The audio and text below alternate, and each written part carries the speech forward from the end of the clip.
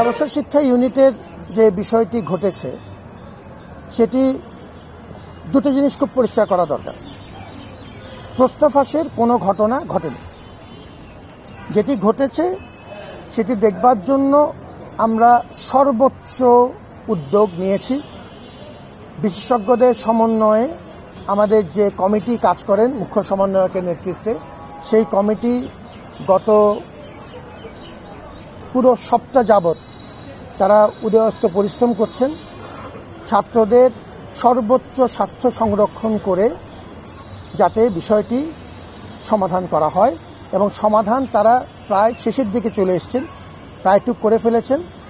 আমাদের মূলত দুটো বিষয় ছিল, খুব স্বল্প সংখ্যক, শুধুমাত্র এমসিকিউ অংশে স্বল্প সংখ্যক ক্ষেত্রে কিছু ক্রমধারাজনিত ত্রুটি ছিল, আর কিছু ছিল পুনরাবৃত্তিজনিত ত্রুটি। সেটি অতি সংক্ষিপ্ত, অতি স্বল্প সংখ্যক ক্ষেত্রে শুধুমাত্র এমসিকিউ পর্বে।